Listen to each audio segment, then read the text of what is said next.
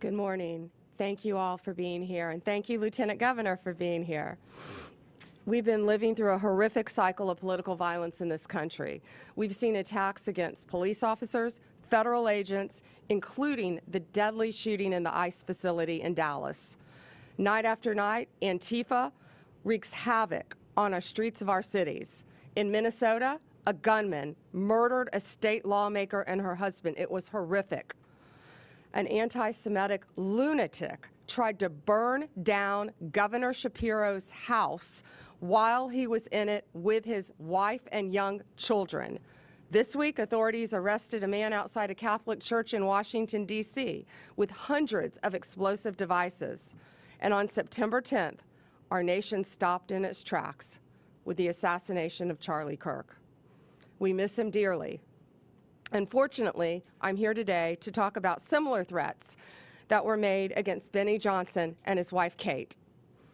Benny's a well-known media personality, carrying a message very similar to Charlie's, grounded largely in faith and love of country. Just days after Charlie's assassination, Benny received a letter at his home where he and Kate are raising their beautiful, beautiful young family. The author of this letter made it very clear that he hated Benny because of his views, and he wanted Benny dead.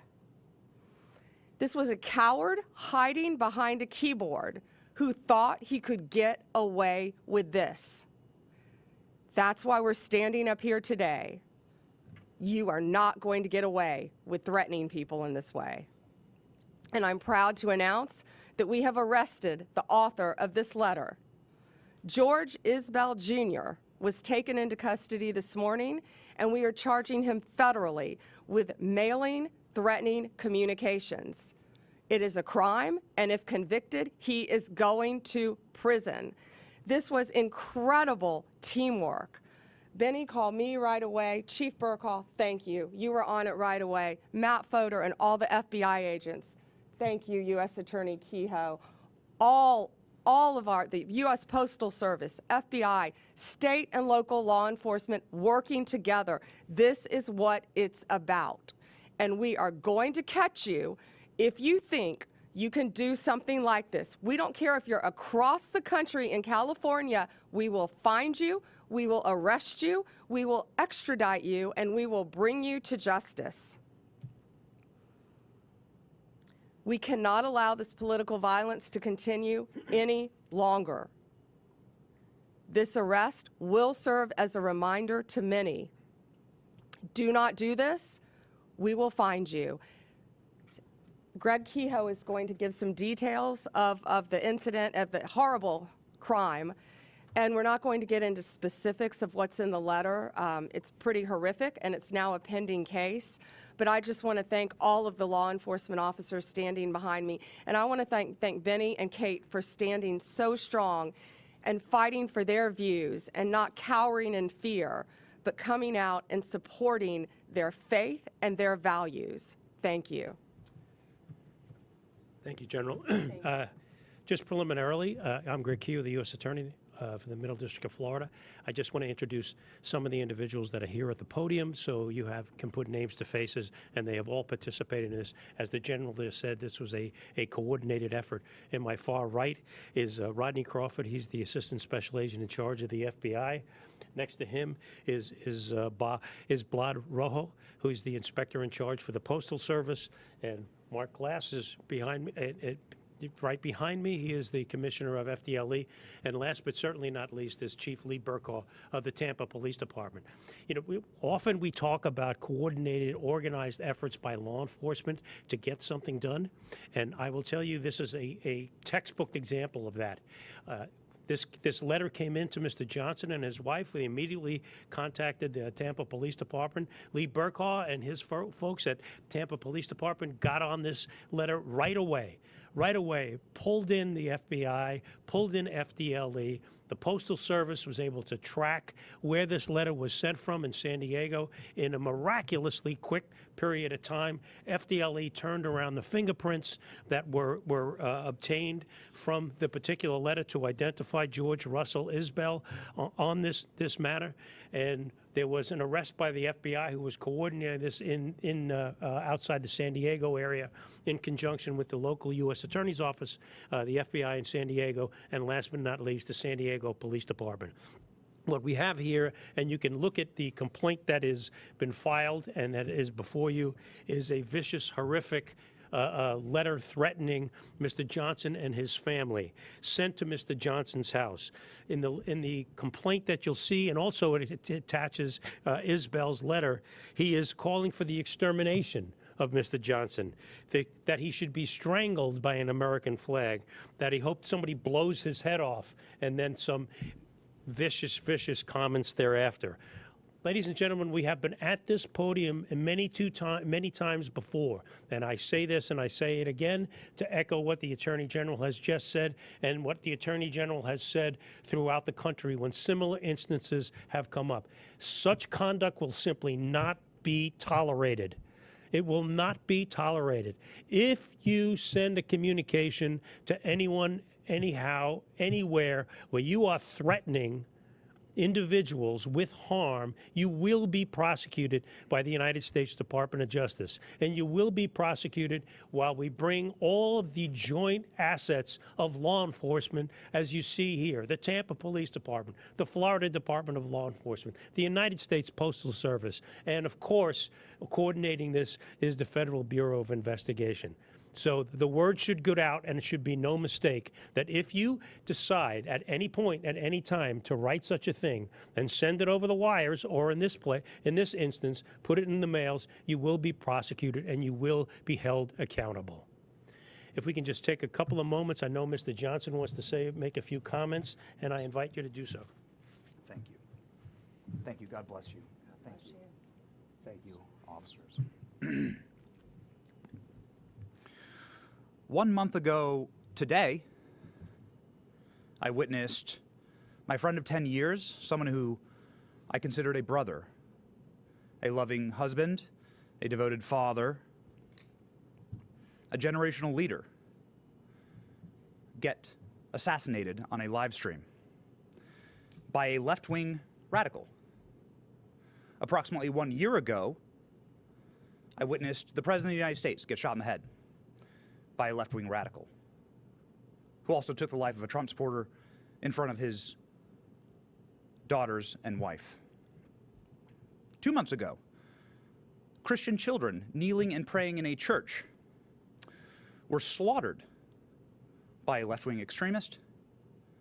And 2 weeks ago, federal law enforcement was shot at multiple sniper rounds in a federal facility by a left-wing extremist. If it's happening every single week, is it that extreme? Or has the Democrat Party mainstreamed violence as a political tool? The individual who wrote me described why he wanted me dead. I was a white, cis, Christian Trump supporter. They described in great detail how I would be killed in an open field just like Charlie, how much blood would come out of my head and neck when it was blown off. This individual described orphaning my 4 beautiful children and widowing my wife with great joy.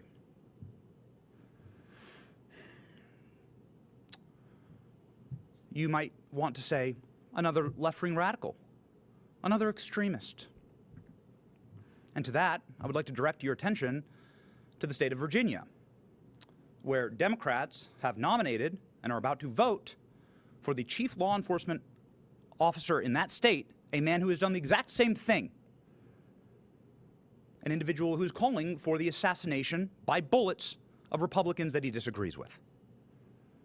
The killing of their children the slaughtering of, as he says, little fascists. Are my 4 innocent, beautiful children little fascists? Violence has been mainstreamed by the Democrat Party. It is not extremist, it is mainstream. And we need a moment of reckoning here. This has to stop. This cycle must end. Is any Democrat courageous enough to disavow violence? To call for individuals that espouse these things, like what happened to my family, or what's happening in Virginia, to call for those kind of candidates to step down? Will Democrats vote for that? Because if you're voting for that, then implicitly you're encouraging it, you're endorsing it. I don't want political violence. I want peace in my nation. I love this country. I want to be able to debate like Charlie did. I want to be able to raise my family in peace. That is our birthright. But you cannot make peace with evil as a Christian. You cannot unite with people who want you dead. I want unity in this nation. I want to be able to agree on more than what we disagree on. But for that first to happen, we must understand the battle. We are fighting good versus evil, darkness versus light. And good must conquer evil. Do not make peace with evil. To that end, and in conclusion, I would like to thank federal law enforcement, Pam Bondi, Kash Patel, Dan Bongino, the FBI, the DOJ, the Tampa Police Department, the detectives here, with absolute pinpoint accuracy, professionalism, courtesy, swift and tact. They were able to act instantly in order to make sure that my family was safe, potentially to preserve the lives of my children, and they're doing that for families all around the country in many different ways. Every American should unite behind that cause. No matter who you are, you should say, this is a country where families should be able to raise their children safely, where people can have peaceful disagreements, and where we can all live together under one American flag. I just want to profoundly thank the Trump administration and federal law enforcement and local law enforcement for saving my family. I will never forget it. It is the greatest goodness that has ever been done to me. And that is a thing that every American can get behind. The Trump administration making America safe again. God bless them. Thank you. We'll take, do you want to, you have a few questions? Attorney General, Wait, I'll go left to right. Okay.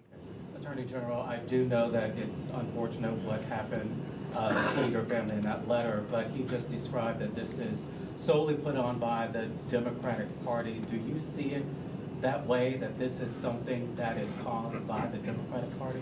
No, and I just talked about what happened in Minnesota to a Democrat, what happened in Pennsylvania to a Democrat governor. No, this was a left-wing radical, absolutely. The same type of person who murdered and assassinated Charlie Kirk. That's what we're talking about here today. But it doesn't matter who you are. If you commit an act of violence, a written threat through the mail, we are going to find you. These men behind me are going to hunt you down and find you. This guy thought he got away with this, and he thought he could hurt Benny and his family, and it's not going to happen. We have open cases, other open cases all over this country, and we're going to find you. Any other question? Yes, hey. Attorney General, I Sure. have a couple questions. One is just about the case itself. Does this fellow, was he found to have any means of carrying it out, and did he have firearms available to him? This is an ongoing investigation. The man is in custody. I will defer that question until the appropriate time, because it is still very much under investigation and following all the leads that we possibly can. And that's a very good question. I wanted to ask also, Attorney Sure. General, just during Charlie Kirk's funeral, the president said, I disagree with Charlie. I hate my opponent. I don't want the best for them. Would you encourage the president, just given what we're talking about here and the seriousness and how people take every word and use it to reinforce their preconceived notions about people. Someone crazy could act on words like that. Would you encourage the president to not say things like The that? president said nothing about violence, absolutely nothing. And that was in response, I believe, to amazing Erica Kirk talking about her forgiveness. And he was saying how brave and bold she was and how difficult it is to forgive the person who assassinated. No, I'm not worried about that because that was not said. That was not said. No act of violence was said. If anyone is sending a threatening communication through the mail, like they did to Benny Johnson, we're going to find them and we're going to prosecute them. It doesn't matter what side of the aisle you're on. Thank you all. Have a great weekend. Thank you.